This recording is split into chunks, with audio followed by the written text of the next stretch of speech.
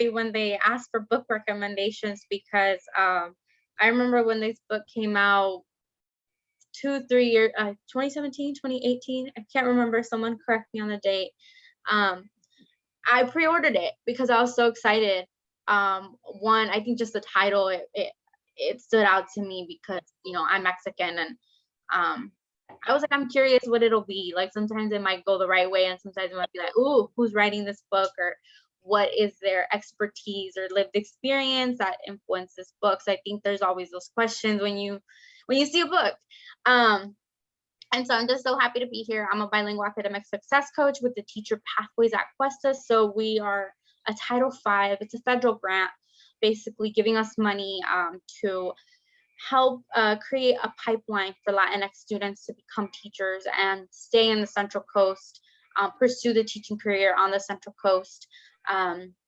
Additionally, and so I work a lot with, Cal Poly San Luis Obispo, the districts, and so on.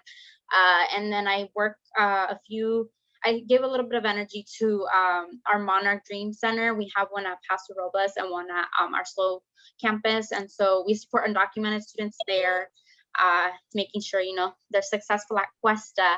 And so that is a little bit about what I do. And again, I'm so happy that y'all are here for the book club on I Am Not Your Perfect Mexican Daughter by Erika Sanchez. And I'll pass it on to Lori. Hi, everybody. I'm Lori Buchholz. I'm a librarian at the North County campus, and I'm in the Latino Leadership Network, which is where I learned about this book from Janet. And everybody was so excited. Like, everyone who has read the book indicated that they wanted to participate in the discussion. So I'm just here as kind of a co-pilot and looking forward to hearing what everybody thought of the book and sharing a great work of art. Yes, thank you also. We do have a few questions for you all, but I guess I kind of wanted to open up the floor first to kind of just, if folks, want to give thoughts, if it was your first time reading it, or if there's someone here who closely related to the book, why, it really made you feel what it made you feel. Just to kind of get it open, if there's something that's really on your chest, or, that I really, this stayed with me when I read it, or, this feeling I got when I read this passage.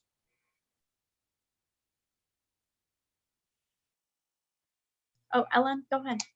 Well, as an 82-year-old white woman who lived in Phoenix for 32 years, I got acquainted through a friend of mine. What do I call her? She was my age. She was Hispanic, Latino, I don't know what you call it. She's Mexican, okay? Anyway, Cecilia gave me or led me to Hummingbird's Daughter, and then Queen, what is it?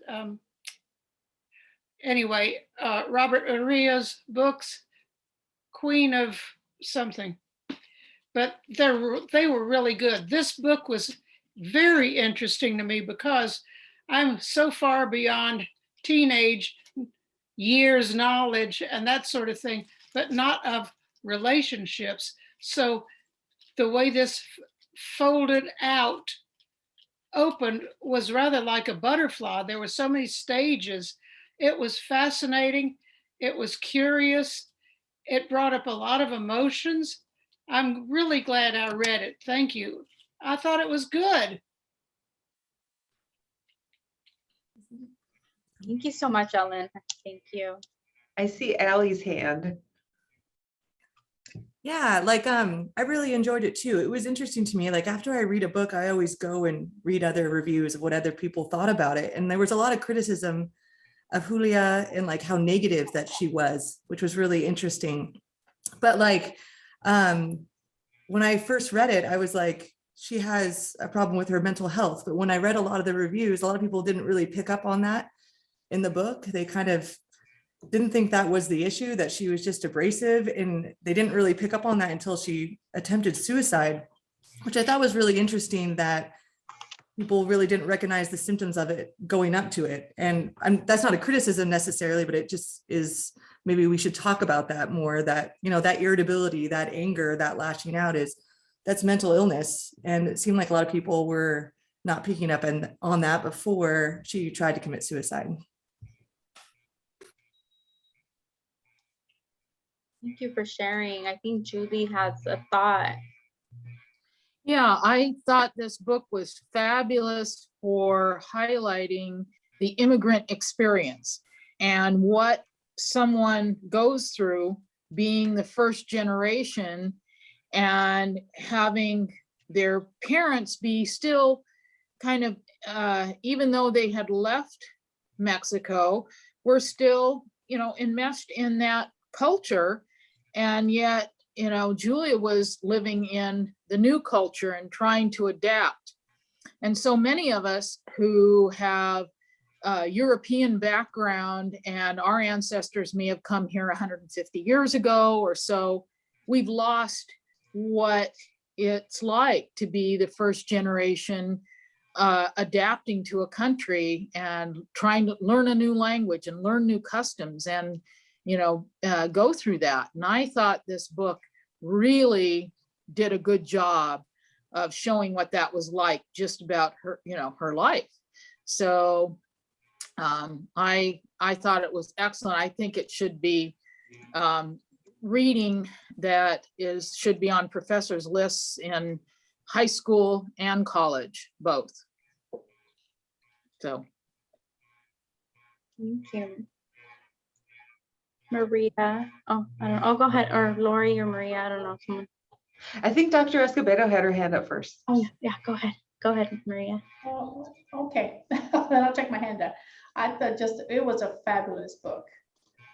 It's one of those for me that, you know, when you first start reading, whether it's going to intrigue you or not, and I could relate so much to it. But I looked at this particular book from a woman's perspective and culture and tradition, that these two young ladies went against, maybe that's a strong word, but no, against to what we are taught, at least at my era, in my time, and things might have changed, but what we're expected to be and not expected to be. So, but these two young ladies were brave souls. And you're right, Ali, in terms of the mental health, I think that was such an important piece, but this book kept me intrigued, not only the title, but just on the beginning. And I wanted to know more.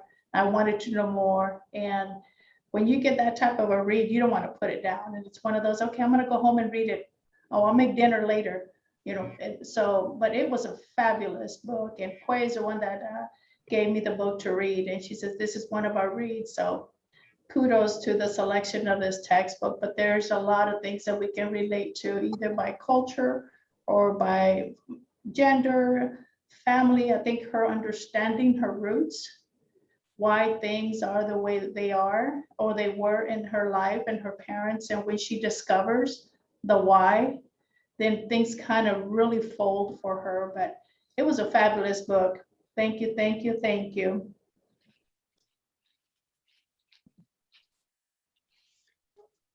Thank you all for sharing. I do think that, oh, go ahead, Denise.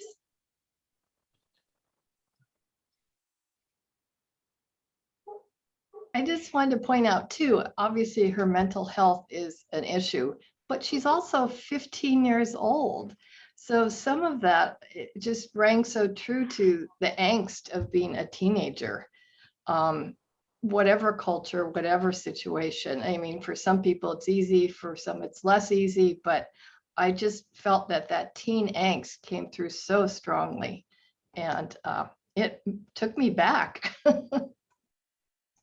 And I think when you talk about the mental health, Ali, I had to really think about that as you were talking, because I was thinking about how in my house, like when you're upset, I think now we talk about mental health more openly.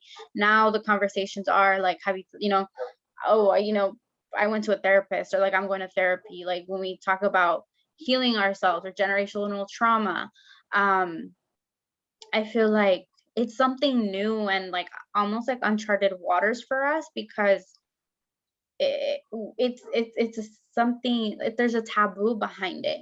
So I feel like in her family in that moment, the grief is normal. It's normal for her dad to, be drinking and just sitting silent without speaking.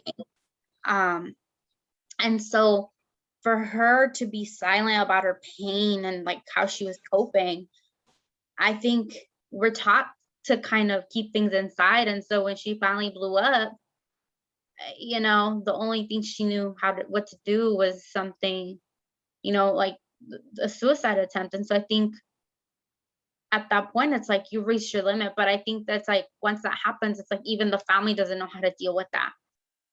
Even that's like a moment of like, you freeze, like you're like, our innate feeling is to go to church and have the priest pray for you. And I think we see how like religion plays a role in this versus, maybe we need to go talk to someone. So it did get me thinking about how almost like underlyingly, like we made it a taboo by not talking about mental health straight out in the book.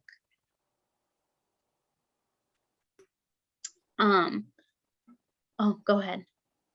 I don't know. I was just gonna if I could just add to that real quick. I thought it was interesting because I thought that Julia didn't actually recognize it in herself either.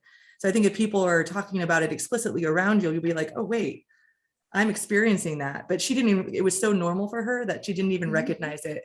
And so that's what the importance of the conversation really is so that we can see those symptoms in ourselves and then feel comfortable talking about it. Yeah. No, exactly. And I think that ties back to like how she's so complex as a character.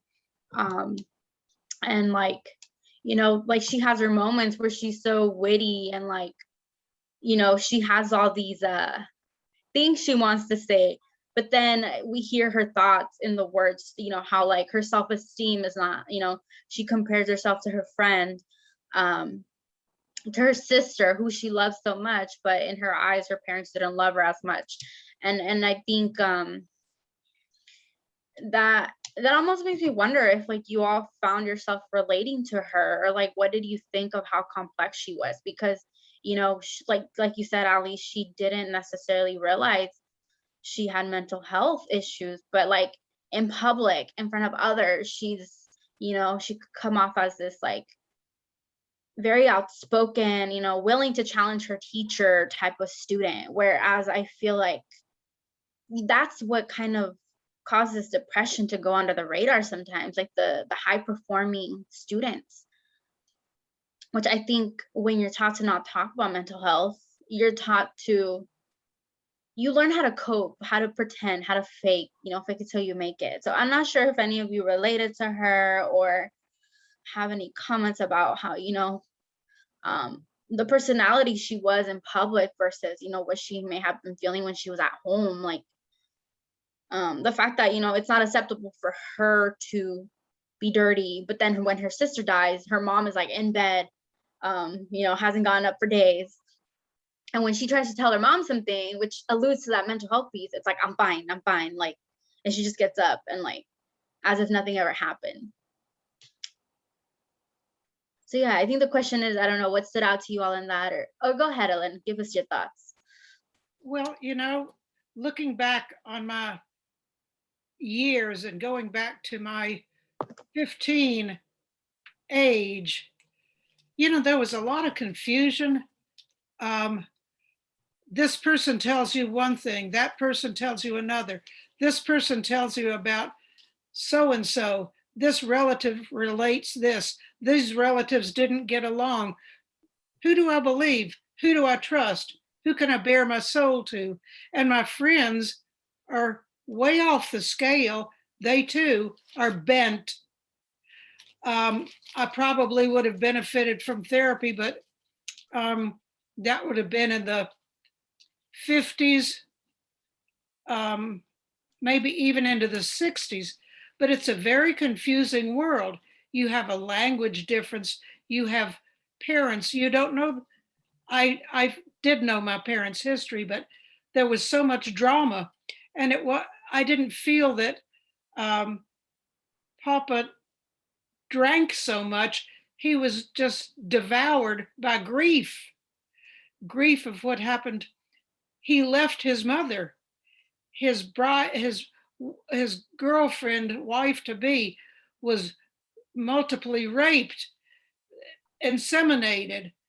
The daughter, born 9 months later, ultimately died. It's a very devastating thing, and the mother didn't realize her life, the facts and factors which were never revealed to Julia. It was dramatic going back to Mexico, seeing, experiencing the difference between going as a child with her sister to grandma's, going back as an adult having lost her sister dramatically, and everything going on. She had a lot happening in her life. I don't know that I wouldn't have offed myself. How do I deal with it? What am I living for? What's the purpose? I know I want to do X. In her case, be a writer. She had some support. She had some ridicule. And it's very confusing. It was a really compelling book, and it was very hard to put down. I'm glad I read it. Thank you. Thank you, Ellen. I was particular- also, Oh, go ahead. whoever's talking, please go ahead. Oh, it's me. Sorry. I should have raised my hand. Yeah, just all the secrets and lies, and how, do you keep the secrets? Do you lie? How does that affect the parents? I mean, the parents, she was urged not to tell her parents about it, about, the real reason why her sister was not the perfect Mexican, daughter. And that just is so permeated into the mental health thing and the whole family and how it works and the generational thing. And Ellen made me realize too about, thinking about back when I was 15 and loving my mother, but not having the mother that I needed or wanted and that I resented and didn't help me. But she was still my mom. And, that whole conflict too of just like, oh, I can't stand my parents. And then, needing them. That's it.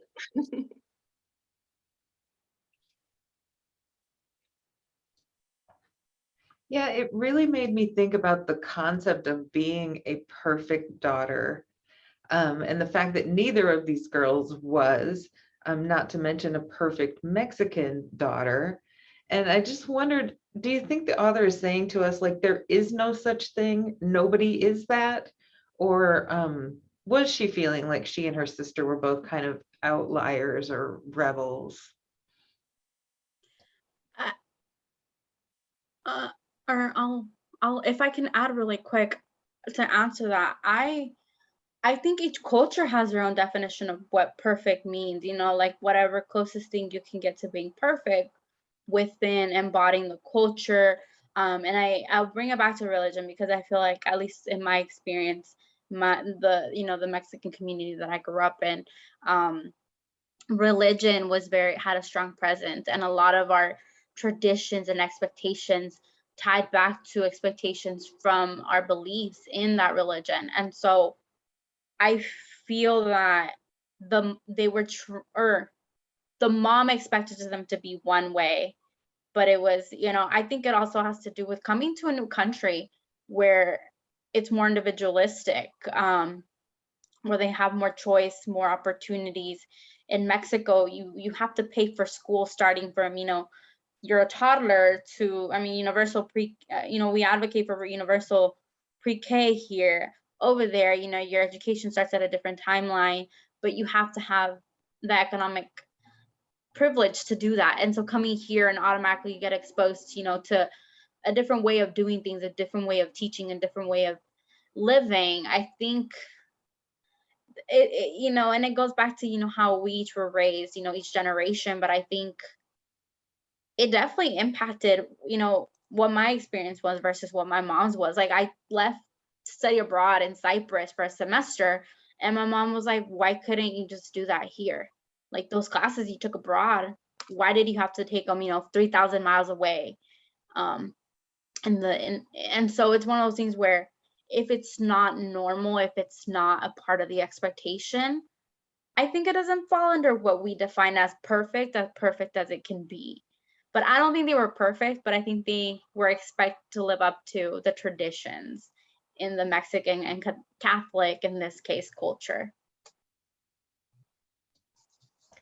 That's really interesting. I didn't think about the religious aspects as I was reading it at all.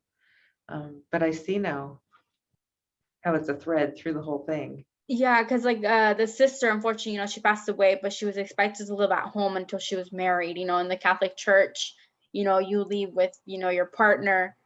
Once you're married, you depart, start a new life. And so even though I feel like you said, it didn't mention that religious piece, but at the end of the day, like I feel like our culture traditionally was very rooted in religious tradition, but I think it varies per home too, because even then I can only speak from my experience on that. I'm not sure if Ellen or Julie. I think Ellen had her hand up. I don't know. Sorry. Ellen and then Julie. Well, coming from more than a third generation Jewish background, there were always unfulfilled expectations. I got along with my mother. I didn't always approve of her decisions, nor did she approve of mine.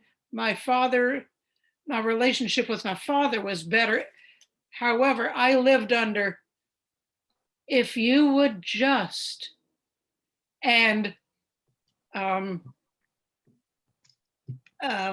what was the other one? Just unfulfilled expectations, basically. What each individual thinks and expects of another, a partner, a child, whatever, the one, and I don't like to use the word empower, but it's, I was labeled, she was full of good intentions. That's what'll be on my cardboard box when I'm crisped and my kids sprinkle me wherever. And I'm donating my brain to science because who knows what they're going to find in there. It's got a lot of old stuff, but maybe I was nuts from the beginning too. But I think it's a lot of unfulfilled expectations, not knowing, you should do this, you should do that. If you would just, that's where it threw me. And I think it was very good, really good. Thank you. Thank you. Julie, do you want to? Yeah, I thought that the juxtaposition of the two cultures. And so she was living in a home that was traditional Mexican.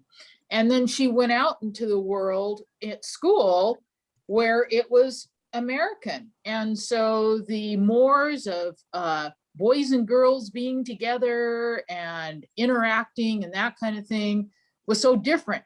And so she had to almost have this bicultural thing going on of, existing in that world of school and so on, and then at home. And the quinceañera, which is a big deal in Mexican culture, it's the coming out, and it's traditionally, marriageable age, which is just 15, but which that's, I think, changed a little bit. But you could see and understand her discomfort with that. I mean, she's lost her sister, she's grieving, she's dealing with mental illness, and then there's going to be this big party. And so I thought that really, and it really showed the difference. Their parents, this is a tradition. They're doing a favor for her. And for her, it's an ordeal. So I thought that really spoke a lot to the, her having to cope with trying to do both, trying to live in both worlds. Thank you. Denise? I was just going to piggyback off of what you said, Janet. I grew up in a pretty Catholic family, and I was the oldest, and I remember very distinctly I could drive, so I must have been 16 and a half. And I said to my dad, I don't want to go to church anymore. It's a waste of time. It's boring. I don't believe in it. Oh, whoa.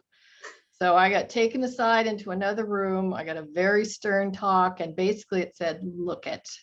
You are in this house until you're 18. You've got 3 younger siblings. You will go to church and you will, fake it till you make it.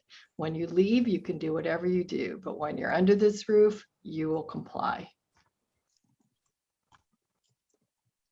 I laughed because I still have this debate. My mom and I constantly, about where I lie in terms of religion. And so, sorry, when you said that, it really I don't know, I felt something. So thank you. I was like, oh my goodness.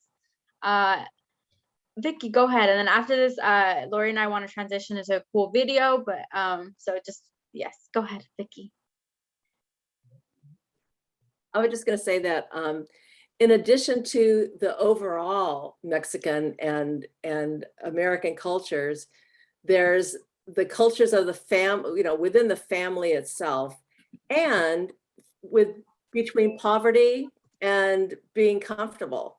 So Connor, with all of his money, I mean, that was a whole other layer, and one that I felt really acutely when I was a kid, because there were a lot of rich kids that I went to school with, but they lived up in the hills and the rest of us lived down at the bottom of the hills. And it was that feeling uncomfortable in other people's homes and the way they lived and their parents' education. My mom was freaked out because I wasn't married by the time I was 22. I mean, she was like calling me, I'm over the hill, you're not a spring chicken anymore.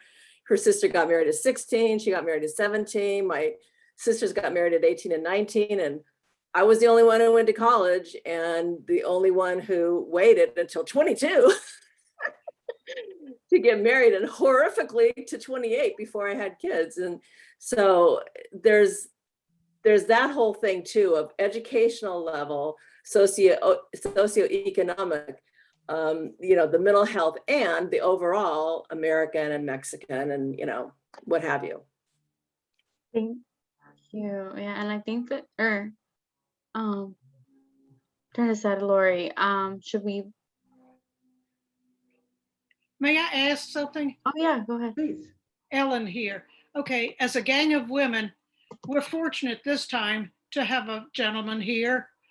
If Rudolph has anything to share, any thoughts or anything, I don't want to ignore him. I would like to know what he would have to say if he feels like sharing before we go on.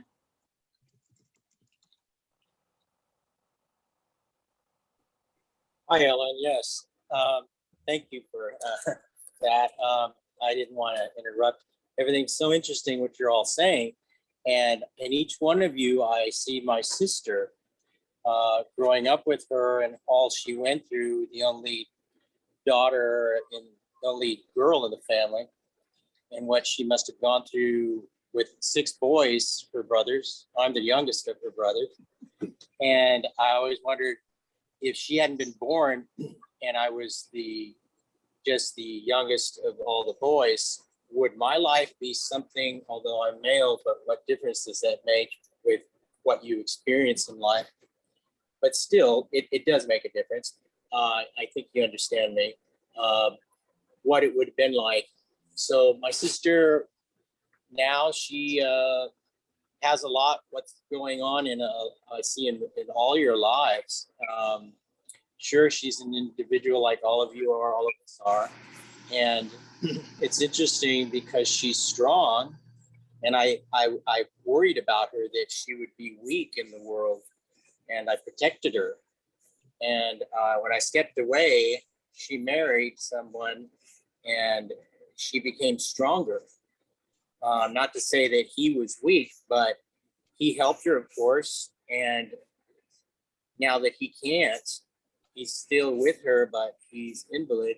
She is even stronger.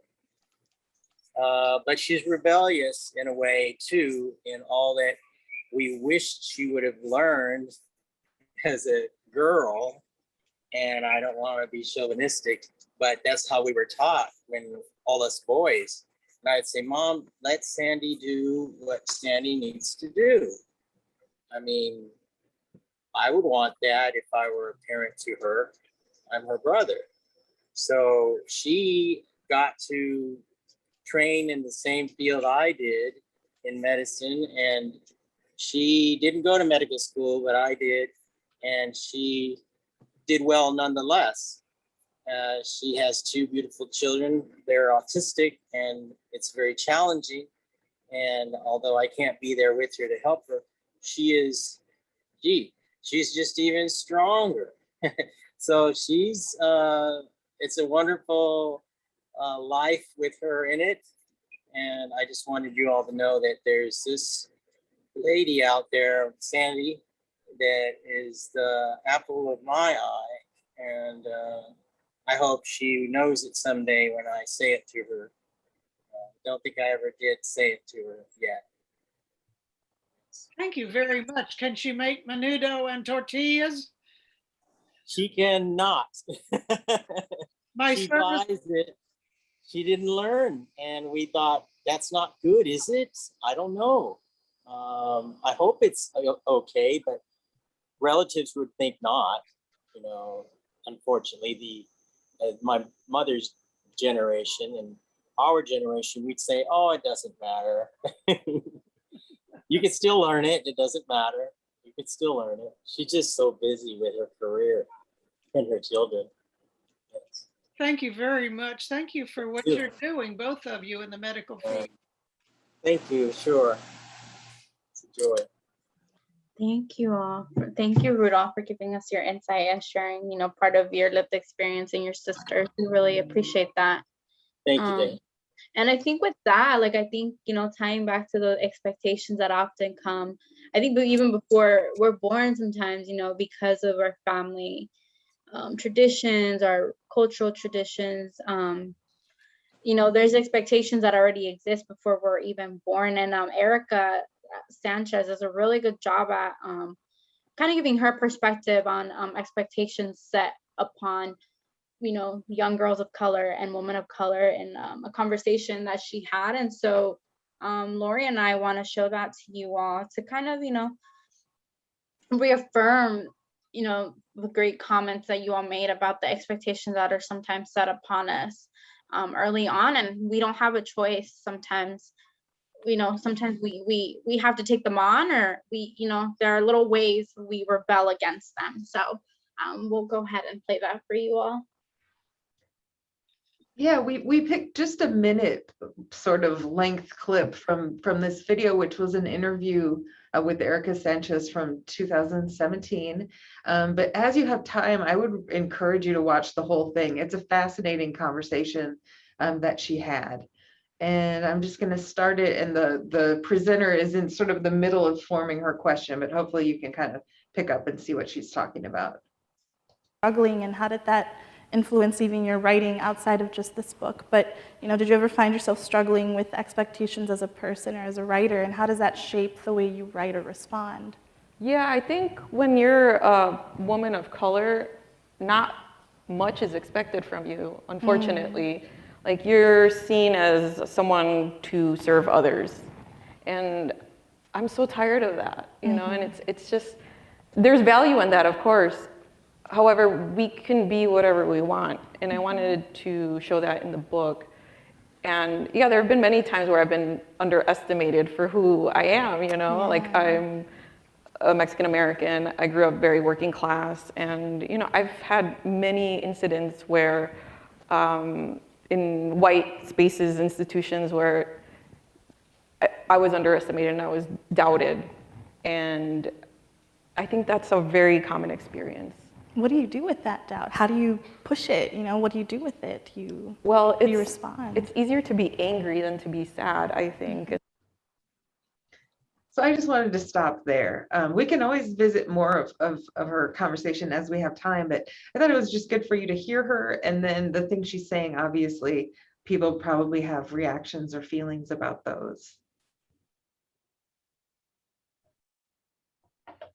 Anybody want to respond? I think Julia found it easier to be angry than sad. So I think in her character, that was true. At least it seemed that way to me. And sometimes I wonder, you know, like, can the anger be justified? Like, you know, like when you think about, I'm gonna take it a little deep. When you think of, you know, what her parents had to go through, maybe generations before her.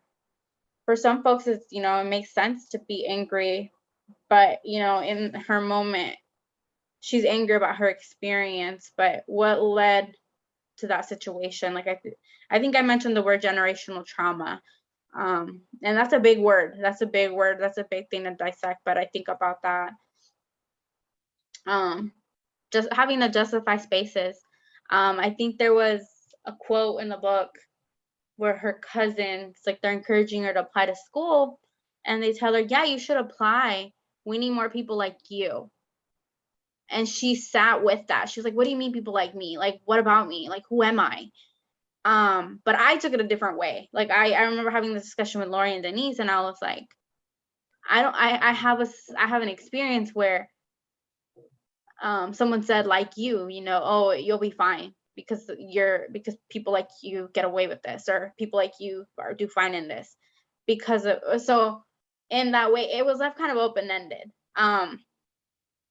But I do think that Erica, I think there's different expectations from different places, you know, expectations from society and expectations from your family, and having to kind of prove yourself in spaces where oftentimes you're not the majority, you know, Erica talks about being the only Latina in a room. What does that mean? How does that impact how she interacts with people? Yeah. Oh, Ellen? I did not know what feelings were. I did not have names for feelings. So I can relate to Julia, because she didn't know whether to feel sad, glad, happy, relieved, angry. How do you know how you feel? How do you know? You can learn through therapy if you have a good therapist or knowledgeable people to help you. The English teacher who encouraged her, that was spectacular. That was wonderful. Go for it, do it, encouraging her. But he didn't tell her what to do. He encouraged whatever it was that she could verbalize to him and was willing to. But having names, words for feelings in my teenage years and even later was a mystery. Consequently, when you ask me how I am now today, I'm good. I'm okay. That's what you're going to get from me. Am I going to piss and moan about what hurts or isn't working right, or my body's betraying me, or you name it? I'm okay. In comparison to many other people, I'm great.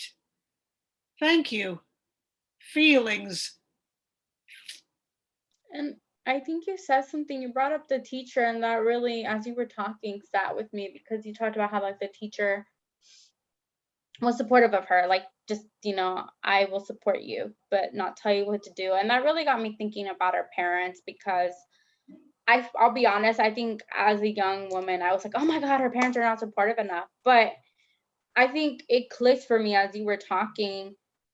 I think your parent, like, I think that I'm going a different direction with what I'm about to say, but what you said sparked it.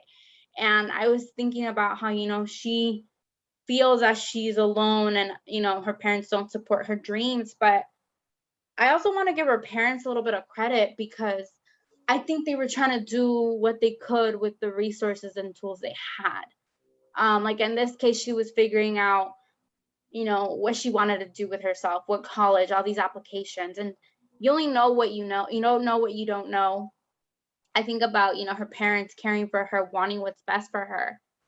And we all have different definitions of what we think is best for, you know, our children versus what they want. And so I was thinking about, like, you know, if her parents knew what college was earlier on in their lives, knew that, you know, she was going to be okay in Chicago by herself, knew that she was going to do okay by herself, I feel like the thought of her going off and doing these things wouldn't be so scary. It wouldn't be such a clash. Because I think about a conversation I had with my mom one day, and she told me, she's like, this is all scary for me because I've never left the country, you know, by myself. I've never gone off to college by myself. And so for me to kind of push back on it, it's not because I don't care about you. It's not because I don't want you to succeed. I'm proud of you. Like, you've done things no one in our entire family, like my dad's and your, like, I'm the only one in my family, both sides, have a master's degree. I'm the only one that, you know, went to college, left the state, came back, studied abroad, did a bunch of random stuff. And that's scary because you kind of did it without our help, you know, like we didn't know how to help you, but we wanted what was best for you. And so that kind of just started going through my head when you were talking about how the teacher was being supportive and didn't really tell her what to do. And so I think I just want to give credit to the parents, because sometimes they're not present, not because they don't want to, it's just, you know, the information, they don't have the same access that we do to it. So yeah, that just got me thinking about culture and like, how does that information reach our parents, and, you know, gatekeeping and language barrier and access to the internet, and just how in-depth this information can be sometimes. Well, and why would you want to send your child to a white supremacist institution? Like, they may not be thinking of it in that sense, but like there's this distance that happens when you're trying to navigate other cultures. And I don't want to speak for anyone else, but as a first generation college student, once you're in that space and you're having to be that person in the face of microaggressions and just navigating something totally unfamiliar, like what parent would want to send their child there, even except they know that that's the way to better jobs and better lives. I don't know that I was very clear with what I just said. Oh, I'll go after Ellen. Go ahead, Ellen.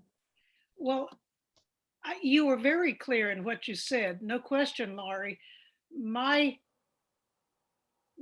thought is it begins when Yuli was young. She didn't know how to clean, would not clean, and she, by God, was not gonna make tortillas or learn to make menudos. That's service work. She, somewhere in her heart and her head and her mind, wanted to go farther. So I think she grew up always with, you'll never be good enough because you'll never get married. You can't even make menudo and tortillas. What the hell good are you to anyone? And for her to live through that, go through that, negotiate her way, and have all the other extraneous information coming in, if that doesn't screw up my mind, I don't know what would. Thank you. Laurie, if I can add to your comment in terms of, and you know, Janet as well, it's that support, whether it is in this particular case, the parents didn't have college education, or I don't think they had any education at all, but it's that support, whether it's that teacher, faculty, in this case, parents, not understanding what of course, what the process is about college, but the instructor supporting this young lady to say you can do it, whether in this case didn't give them all the entire path, but that means a lot. And a parent doesn't have to understand the system to support that child. And, you know, to me, a parent does the best you can. My mom only went to third grade. All she knew was education was the way out of whatever out means, whether it's going against tradition for women in the Hispanic culture, whether it was moving forward with your education, having a different life than what she had. But how she supported me was about having food ready when I got home, a snack. So it wasn't about, let me teach you about college applications. It was, they worked out in the fields, and we were given some direction. What would you like to do? Would you like to work with your back, or do you want to work with your brain?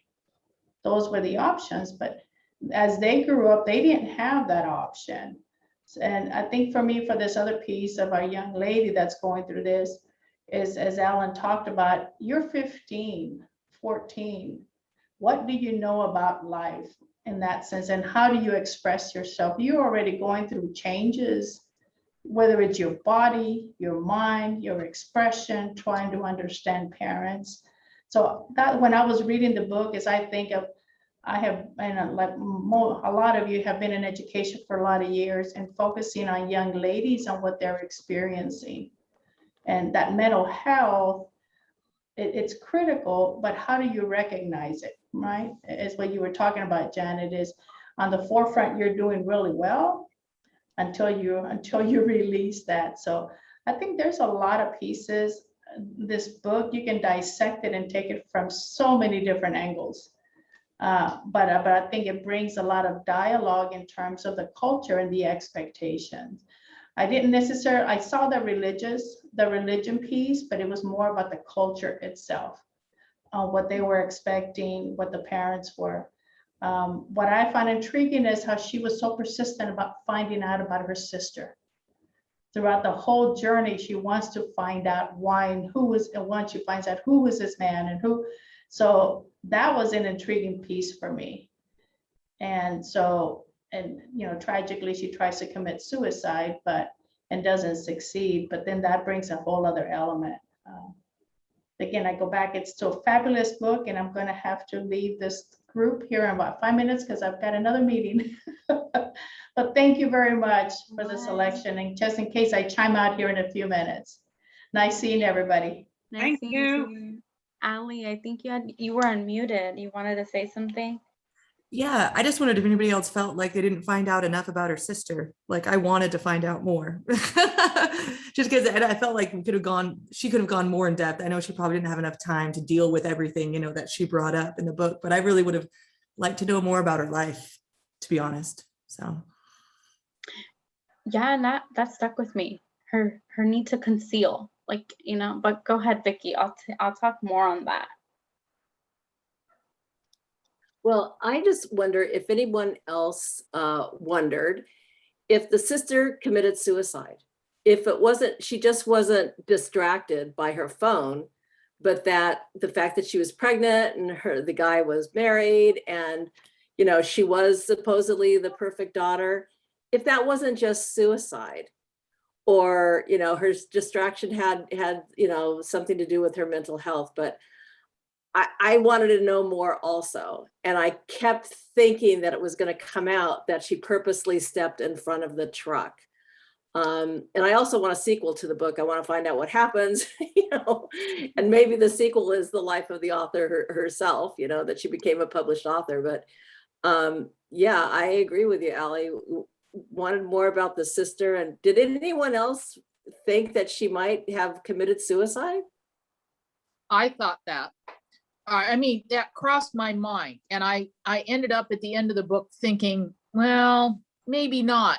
I think the sister was trying to be the perfect Mexican daughter and hiding the affair and all that she was doing, because she didn't, you know, she was trying to be the compliant one, whereas Julia just couldn't hold that and hold back and didn't want to be that. and so, this, I think the sister was, presenting as perfect or trying to be perfect, and yet, not.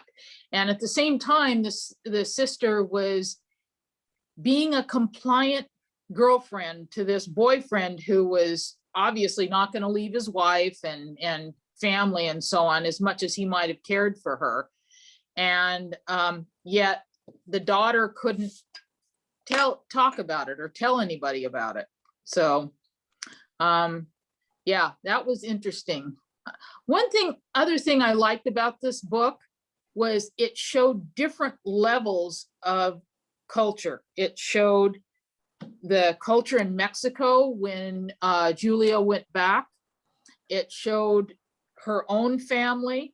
And then when she was dating Connor and seeing what, and cleaning houses with her mother, what the white American culture was about and so on. And that seemed almost as foreign to her, or more foreign to her than even going back to Mexico and seeing her family there. So I liked how the author brought all of that into the book.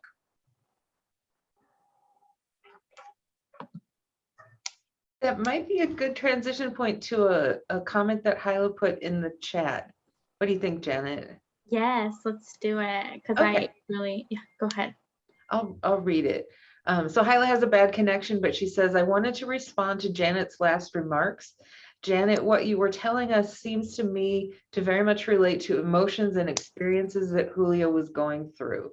In addition to having some mental health issues we might recognize, I think she was also being torn between two, maybe even more cultures. It seemed to me she was struggling about finding herself in all this. Her two friends were able to allow her to be who she was while going through this tough time. And I resonate with that, and I agree with that. And I think about different things in my life where like I wanted to do something, but it was not appropriate. And my parents would be like, well, just because, if she jumps off a cliff, are you going to jump off too? Or just acknowledging that they're different families. Dr. Escobedo just left. They're different. Like, I think it goes back to this piece of, even within our own community, there are different ways of raising, like, their kids. Like, each family has their own. And I can tell you this right off, my brother and sister were definitely raised way different than I was. My parents were more traditional with me. I think just in terms of like who I was allowed to stay with, who I was allowed to visit, kind of even the language piece. I didn't grow up speaking English. I struggled a lot in school. My siblings, I don't know, they're more Americanized, I guess you could say, than myself. I guess, yeah, I grew up in a more traditional home than they did. They were more free to do things that I wasn't able to do. My sister, she's definitely more open, more free, more like free-spirited than I am. Just with more liberty, less guilt to, the decisions she makes, versus me being the oldest. I feel like a lot of my decisions, it's like, wait, let me think of my family in this process. And so I do think even within our own family, this can exist. And I feel like that's what Julia runs into. Whereas if her sister had never died, I don't think she'd be in this situation. I think she would be more free to pursue her dreams because her parents still have the oldest daughter who can live up to the expectations. But now that she's gone, and in the process, breaking all those expectations with a baby and a married man in the picture, it's like Julia's like, oh my goodness, like, is it gonna be my job now? So I even in our own family, I think those expectations, sorry, I went on a long tangent, tying it back to what Halia said. So thank you for that, because I do think she's trying to figure out who she is, just between two different cultures, and all those emotions are there. Like, what do I do?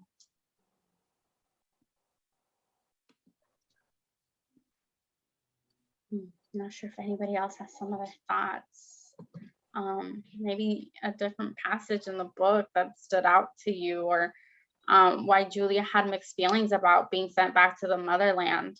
Why you all think she was sent there. Do you think this change, the changing her environment was meant to punish her, or why? And I have my own thoughts on this because it did come up, and but I'll let you all kind of think about that, her being sent back to the motherland, her having mixed feelings about that. And like, why do you think, Anne, I think you have your hand up.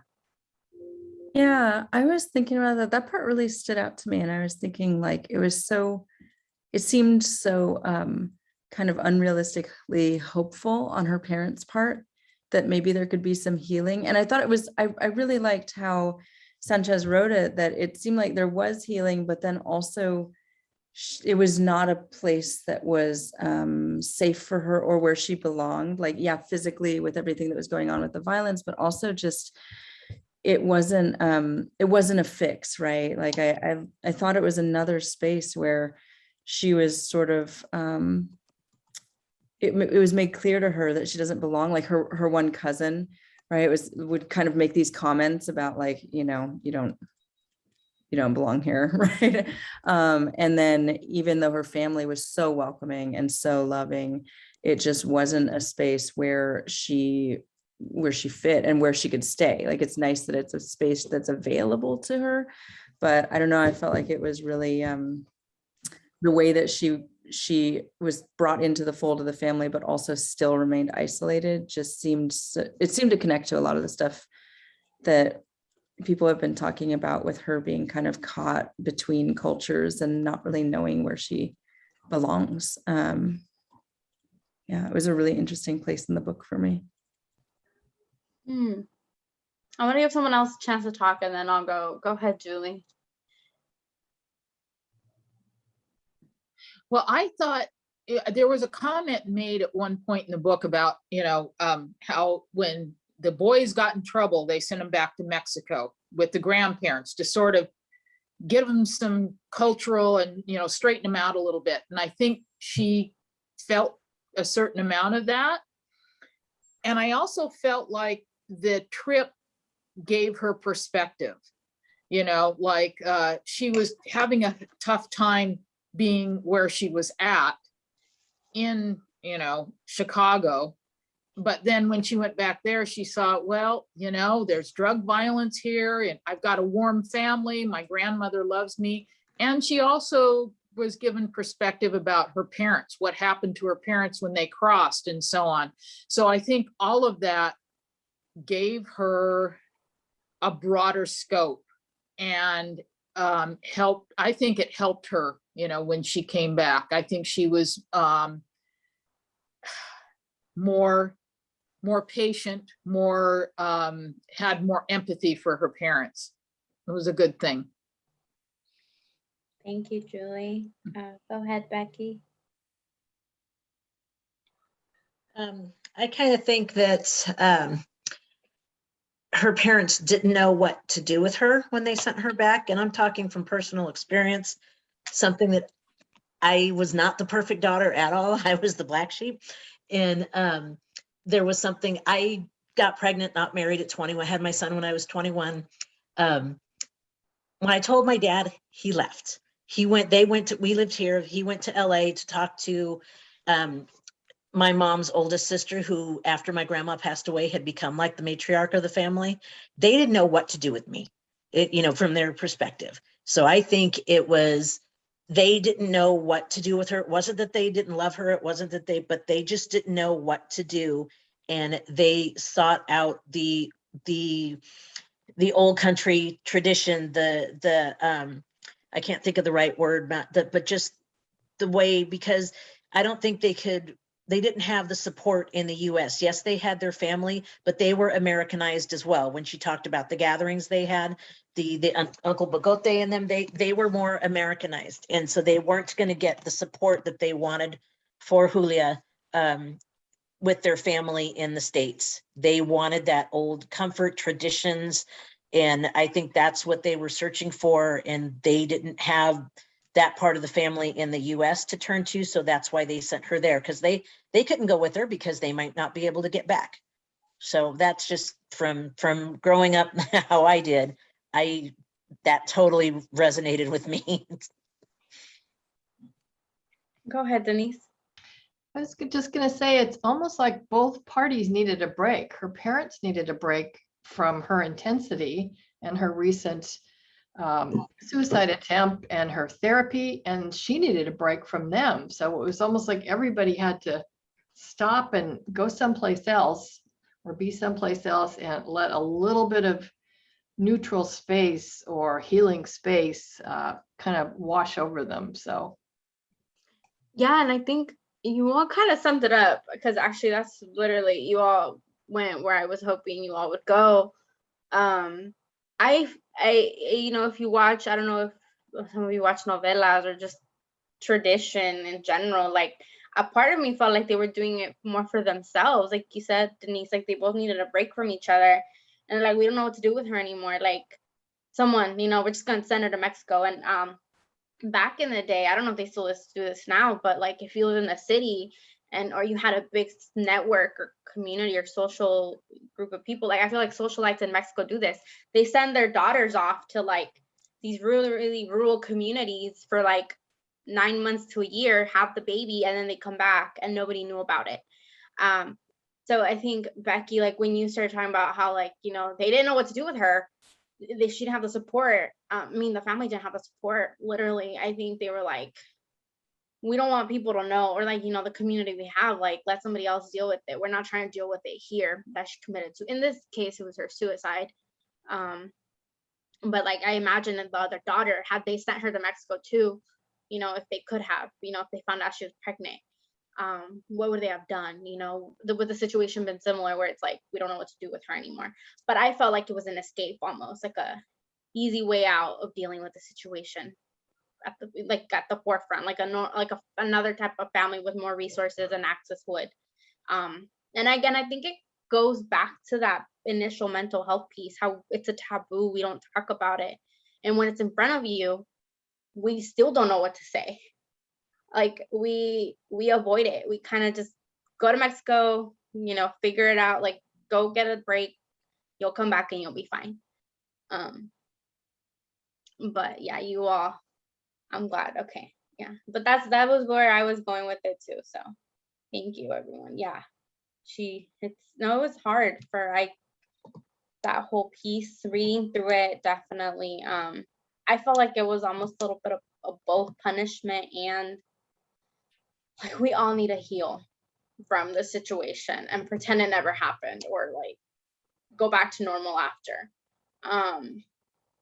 And I think about her and like college, and her trying to go into college, you know, now that, you know, this whole thing has happened, like she's college bound. In that way, like I wonder, like, does that give her encouragement? Does that give her like a reason to live, a reason to want to continue? You know, like I had this like experience and I have this opportunity in front of me. I don't know if that's enough, you know, for a person, and also acknowledging you don't heal right away, you know. Mental health is always an issue. And I'll be honest, my first time going to a therapist was my first year of college. That was the first time I dealt with what I went through at home. I grew up in a home full of domestic violence. I never talked about it. You know, since I was 6, I knew what that was. I knew what the word divorce was at age 6, because I think it's something families throw around, like, we're gonna divorce, but then it never happens. And, you know, you're 18 and all of a sudden you're forced to, you know, face all these things you kind of kept inside for so long. And so I wonder if the college setting, I think going back to like getting Americanized, will that expose her to openly talking about mental health more? Or we hope, you know, like we create these stories in our head about these characters that we don't get a full closure to. So I think about that, like I wonder, you know, will she get the healing she needs in a college environment? Despite, like you said, Lori, like she's going to this institution that will probably microaggress her a few more times.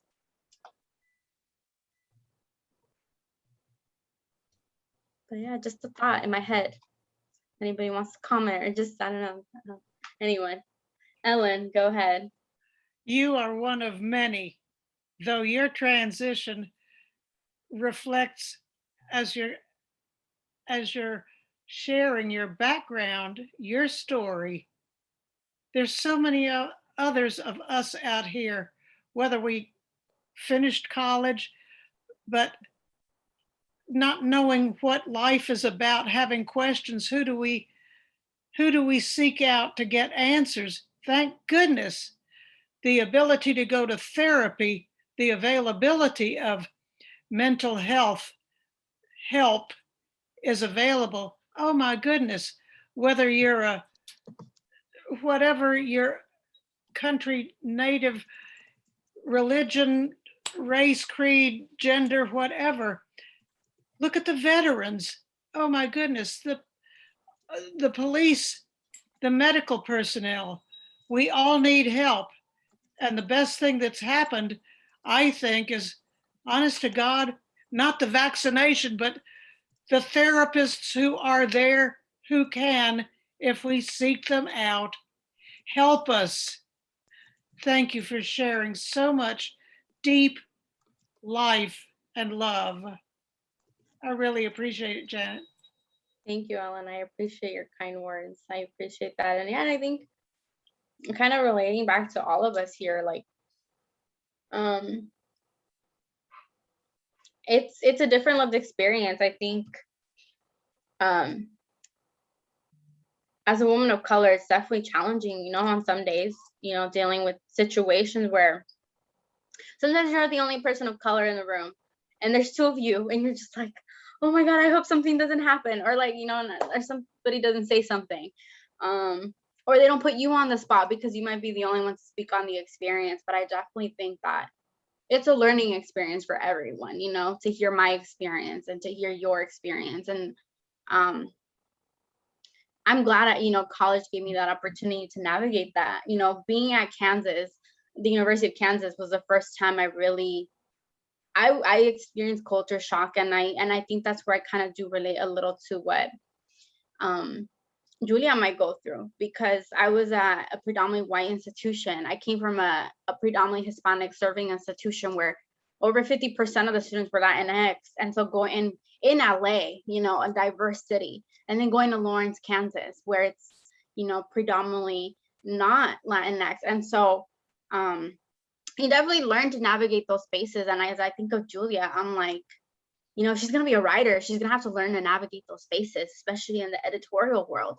And so I keep building little stories in my head about how she'll learn to be strategic. You know, to this day, I'm still learning to be strategic with my words in meetings. And, you know, sometimes you just want to say something, but you're like, oh, no, I can't. I got to, you know, build a game plan for myself. And so I really hope that Julia develops that, because, you know, in high school, she got in trouble for just blurting out things.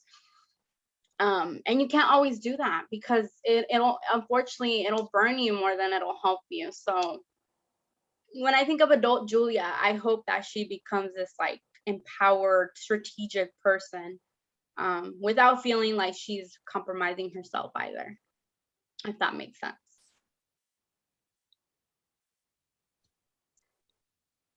And I'm thinking about the connection between expression, having a voice, and mental health. And I think as a person who has also gone through mental health challenges, you can't underestimate the connection there.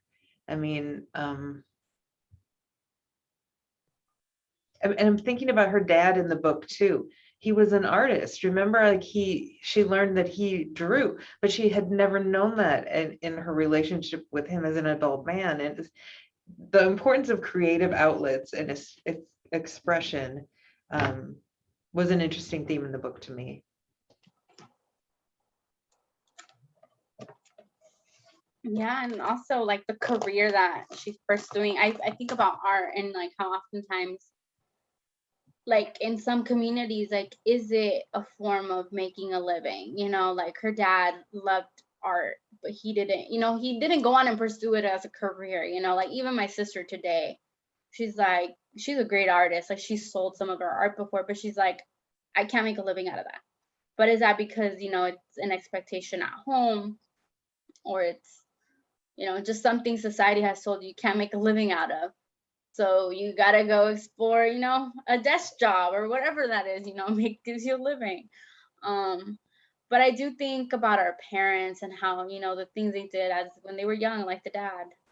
Like I didn't know my dad loved to play soccer, but he was like, I'm not gonna become a famous soccer player. Like I gotta go, you know, go find something real. And, you know, he just turned 50, and he 2 months before he turned 50, he's like, you know what, I think I am gonna have to give up soccer because like I love it so much, but my needs. And I feel like our parents, I wonder if our parents held on to that love, that thing they love so much, you know, how that could be healing too, like for the dad, you know, art, that artistic side. Is that a form of healing? Is that a form of helping his mental health, you know? I don't know. But yeah, mental health is something, I mean, I think it ties back to everything.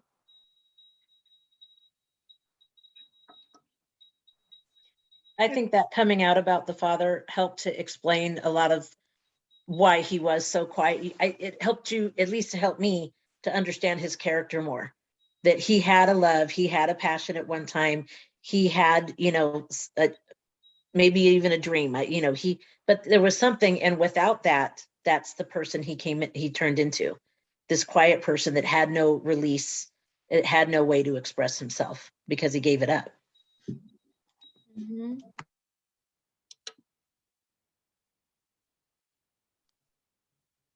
Thinking about it makes me very sad.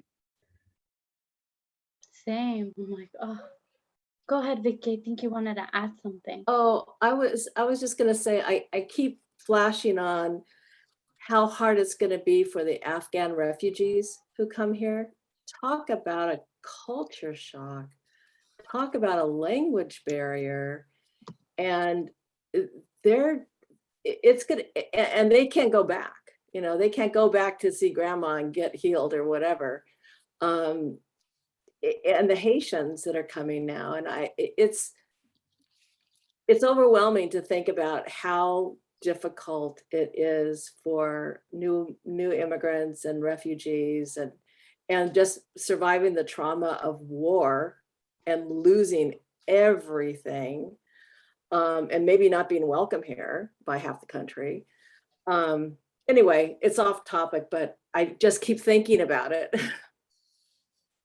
No, and I think like not the same story, but a similar story could be told, you know, from one day, and a young Afghan woman of color who, you know, she's battling with this new world, this new society that she's in, and freedoms that will come with it, and, you know, sustaining your own culture, and also, you know, sustaining your own traditions, and the guilt that could come with sometimes, like being torn between two different cultures, and knowing that you may never go back to the country that you love, because you were you know, like for your own safety, forced to fled. And so, no, I think we, you know, one day we might end up reading a story where, you know, someone, and unfortunately, you know, I look back and I'm like, there are not enough stories written like this one.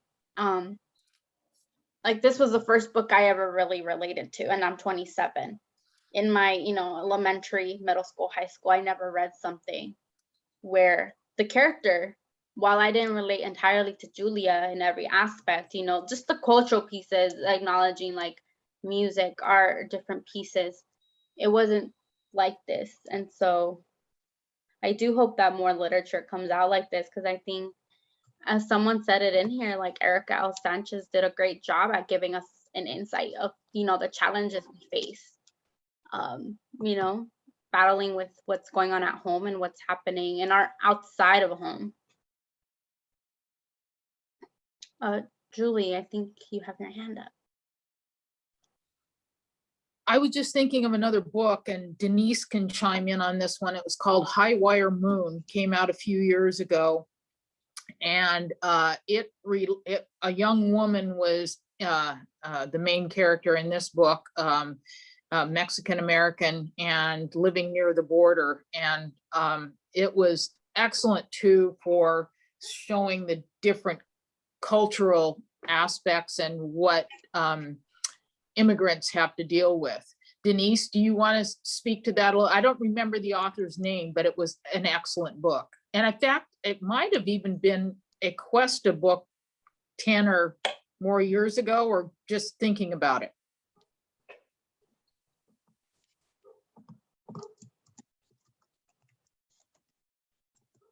Sorry, my mouse seemed to have died. High Wire Moon by Susan Straight. She's a Southern California writer, and I think she's a professor at maybe UC Riverside. She's written quite a bit. We did consider having her come to Cuesta, and she was like a runner-up to our book of the year. In the High Wire Moon, it's from 2001. It's a Purepecha family. I'm sure I'm saying that wrong, but so they're not Spanish speaking as a first language. So there's an additional level of cultural language challenges. But yeah, it was quite good. It's set in kind of a fictional Riverside. I'm sure we have a copy here. It is quite good.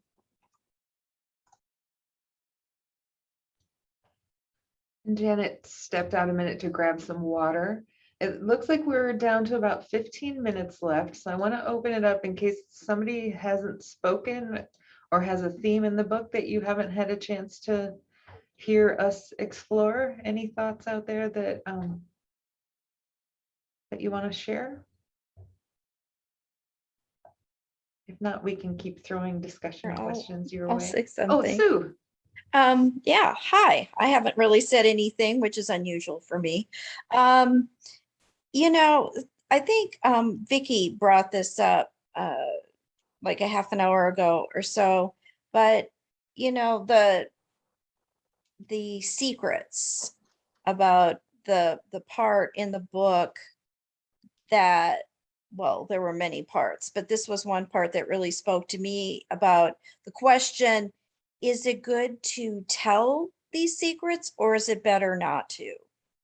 And I think, I know there have been secrets in my family, and both my parents have passed away, so I'll never know some of those secrets.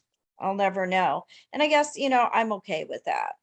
But some of the secrets that this particular family were dealing with, some really hard secrets, you know, would it be a good thing for her parents to know what the oldest sister, what she had done? And would it have been, you know, it made me think too about what happened with the mother, that maybe it would have been okay to say she had been raped because maybe her daughters would have had more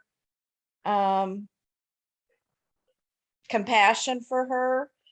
Maybe she wouldn't, maybe it would be a good thing for her, but then it probably would not be a good thing for her to tell, to let it also know that her first daughter was a product of that rape, you know. So, and I think that is in a lot of families, and it's hard for the people who keep them, and it's hard for the people who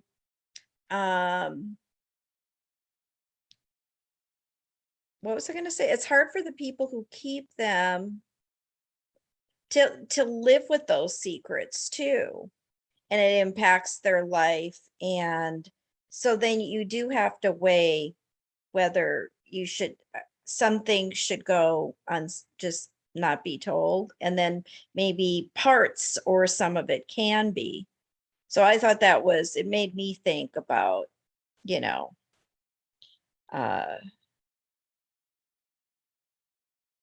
how much some of those secrets impacted the lives of the different members of the family, and how it will impact Julia knowing what she knows now. She knows that probably the two deepest secrets in that family and how that's going to impact her. So that was just something that I really thought about in the book, and I still think about it. I think after so much pain has been experienced in a house, depending on who you are, if you decide, like, maybe, I don't know, almost like the pick your battles thing, like pick your battles, like pick, you know, what is it? It's a bliss, like, to not know. There's a saying, like, ignorance is a bliss, almost. Like, in this case, I feel like Julia, like, I think about, like, these secrets she'll carry with her, like, will that burden her? Will she carry it for her family? You know, knowing that her mom is already experiencing this pain of losing her sister. And also, you know, will it be a roadmap for Julia in her future, you know, of either, you know, not to say that what her sister, you know, I don't want to judge her sister, but, you know, for her to be like, maybe this isn't a situation I want to put myself in one day. Or how would I deal with it if I was going through one of these two pieces? But yeah, no, I almost feel like if I were Julia, I would pick my battles. I've definitely had to face situations where I'm like, it's not my secret to tell, like, but also I know it's there. What do I do with it? So no, you bring up some great points, Sue. Well, and I think, you know, this is something too where mental health and seeking counseling would help. If you harbor some of these deep secrets in your family, that's where you probably need to, or probably would benefit from talking to someone else outside of the family, and at least to get that out, because sometimes if you don't get it out, it and talk to someone about it, it can really negatively impact your life.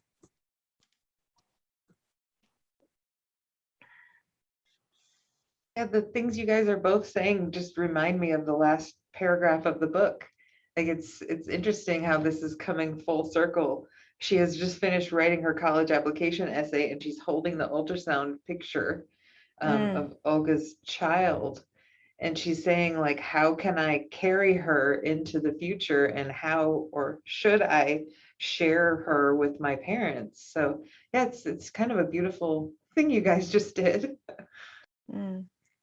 Yeah, and I think I don't know, if I were Julia, like, I would play it by ear. Like, is my family ready to hear this? You know, has my family healed enough? Have we been through enough forgiveness with each other? Just because I think they have a lot to talk among themselves. Like, you know, putting Julia aside, like, Julia, her sister, sorry, I just said, like, putting her sister aside, like, you know, what has that caused them as a family to experience? And so I feel like there is healing that needs to be done amongst the living, you know, like, how do we move on together? And I think one day Julia might share it when she feels like her family's ready to hear it, or maybe, but I think it's one of those things where, like, I think I said earlier, like, I wonder what she'll do, you know, like these little stories in my head. You know, with the Goosebump books, you take two different routes, you know, the outcome is this. Yeah, no, and like you said, Lori, full circle. But again, back to mental health, I think the family, I would want the family to heal before they hear that, because that's just another, like, oh my God, you know, like, again, just a whole other storm waiting to happen.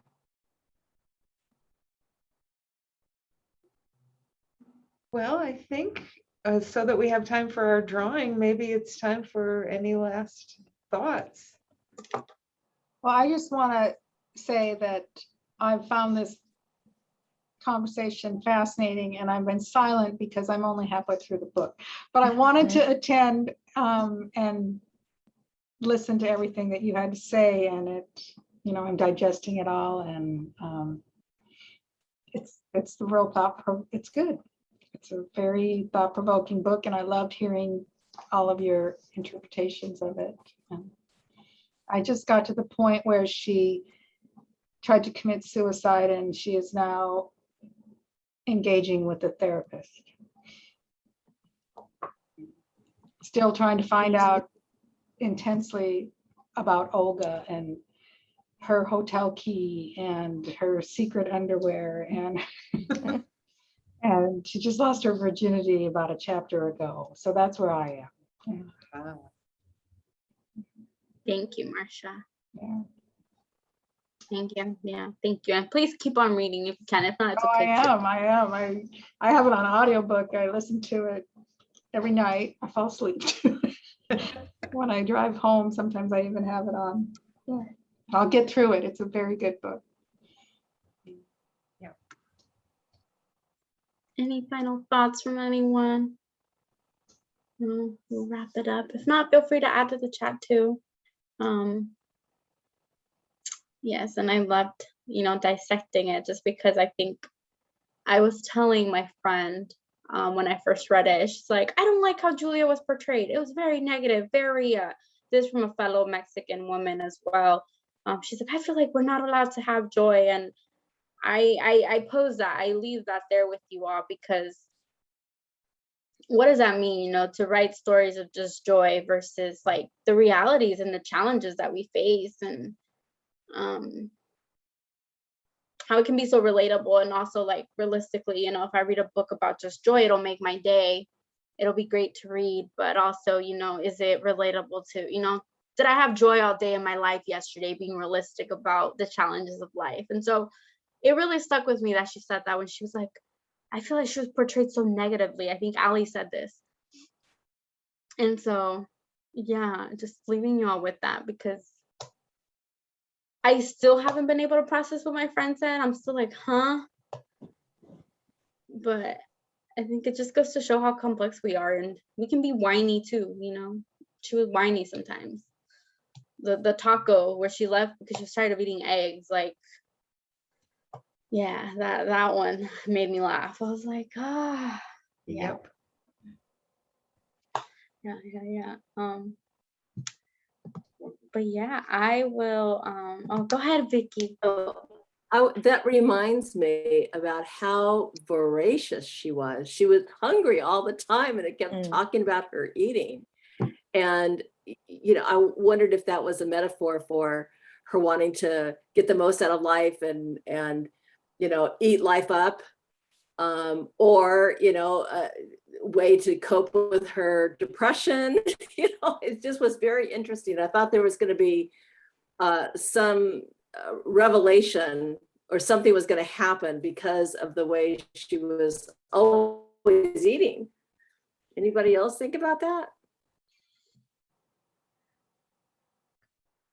I thought it was a little bit to do with the mental illness component, and her just being up and down and all over the place with her emotions and that kind of thing. Plus, think back to when you were a teenager and you had that metabolism and you could eat that junk food and get away with it. And you did, or I did, and my friends did. So. And I think too, like the anxiety she probably had at times. Like I think about that, and like her telling her to stop eating. And I think she makes a point about her weight at some point. So I feel like it was like this pressure. The more it was pointed out, the more, I related to that a little bit. Like there was a point where I couldn't stop eating too. And my family sat my mom down, her brothers, and they were like, you need to watch out. Janet might be, and I carried that. But I think, yeah, there were various reasons why, there. So thank you for pointing that out, Vicky. But yeah, if y'all have any other thoughts, please put them in the chat. I know we got to get to the raffle. So if you think of anything else, please put that in the chat. I really appreciate y'all engaging in this conversation and allowing us to dissect the characters and the events that occurred throughout the story. I appreciate it, that people showed up. Sometimes it's like, will people show up? Will people read the book? Thank you, Janet, so much for being our leader. Thank you all for giving me the opportunity. This is my first book club. I participated in reading, but I never actually facilitate. So thank you for showing up. You did great. Denise, do you want to do the drawing? I'm not sure how this usually goes. Okay, give me a minute here and I'm going to do one thing first. Thanks so much, everybody, for showing up and participating today. I thought Janet and Lori did a great job. Just want to make you aware of next month, we'll be doing a different set of cultural classes with our Red Island House. This is also available for the Cuesta community via ebook access. And I can send you this information when I send you the Zoom recording of today's, but just something to look ahead. This will be Italian culture and Black American culture coming together in Madagascar, of all places. So I haven't even read it yet, and I'm supposed to lead the discussion, but we'll see how that goes. Okay, now let's go over to our, and I haven't used this before, this little wheel of fortune. So let's see how it goes. I have never used it either. Well, Allie recommended this one, so we'll see. So we have 4 prizes. We have 3 $20 gift cards, and they can either be a Visa card or a coffee card. And coffee could be Scout, which is kind of local, or Starbucks, which is everywhere. So let's start with this. So let's do the picker, and I think it makes a funny noise. So. Oops. Okay, start now. Nope. Oh, Allie. Okay. So our first winner is Yay, Julie. And next we have Rudolph. Okay. So I'll pick all the winners, or we'll pick the winners, then we'll fight out over the gifts. And there's flexibility too. Okay, Julie, you're not in it anymore. Elizabeth, okay, and Elizabeth had to leave us, but we will get in touch with her. Okay. And our last one, Ellen, who is not here, but we can follow up with her as well. Okay, so let's stop screen sharing and let's just chat. So for those of you, and I can just give you some choices. We have the 3 cards and then we have 1 copy of the book. So Julie, did you have a preference? I have the book already, so Okay. I probably take a card. Okay, and would you like the Visa or the coffee card? I'll take the coffee card. Okay, Starbucks or Scouts? Starbucks. Okay. Thank you. Rudolph, what would you like? Gianna, do you have to go? Oh no, I was not waiting yet. at Marcia. Sorry. Marcia. Bye. Rudolph, what would you like as your prize? The book or a coffee card or Visa card for $20? I would like the book, please. The book, okay. And you know what I'm going to need you to do? I'm going to need you to send me in my email. You can send me your mailing address. And I'm just going to put my email address in the chat, and then you can send that to me directly and privately so we don't put that all over the board. Okay, so we have a book for Rudolph. And then let's see, well, Elizabeth and Ellen, I'm going to have to contact them because is Elizabeth, she's listening. Here. Okay, she was in her car, I think. Is it Elizabeth DeSwart? Yes, you won. You have a choice of 3 different gift cards, a Visa for $20, a Starbucks, or a Scouts for $20. I'll take the visa, please. Thank you All so much. right. Sounds good. And then Ellen, I'll contact her directly. So, okay, with that, I'll turn it over to Janet and Lori. Thanks for your patience. Yes, thank you all once more for joining us. I really appreciate you all being here with us, taking the time to, explore the book, just even taking the time to, join us today. It was awesome engaging with you all, discussing the book, and just being able to share my thoughts, my experiences, and how they related to, Julie, her experience, and her family's. So thank you. Yeah, I don't have anything to add. I just appreciate being here, and Janet for hosting, and Denise for facilitating, and all of you for sharing your thoughts. It was a really good experience. Thank you all. And so we can't wait to see you all at the next book club. It is also Hispanic Heritage Month, so I'm definitely going to let me get the link for you all so I can put in there what's going on at Cuesta College in Hispanic Heritage Month, so you can check that out. Trying to see if we have something for this. Yeah, I'll put the press release in there and y'all can check that out. I don't think we have a press release yet, but stay tuned and just, be looking at our website, our Cuesta website for that. But we do have some great upcoming events and additional book clubs, so we'll leave it at that. I can send the press release out with the Zoom recording because I have it. Okay. Okay, cool. Fantastic. Bye, everybody. Bye. Bye, everyone. Bye, thank you.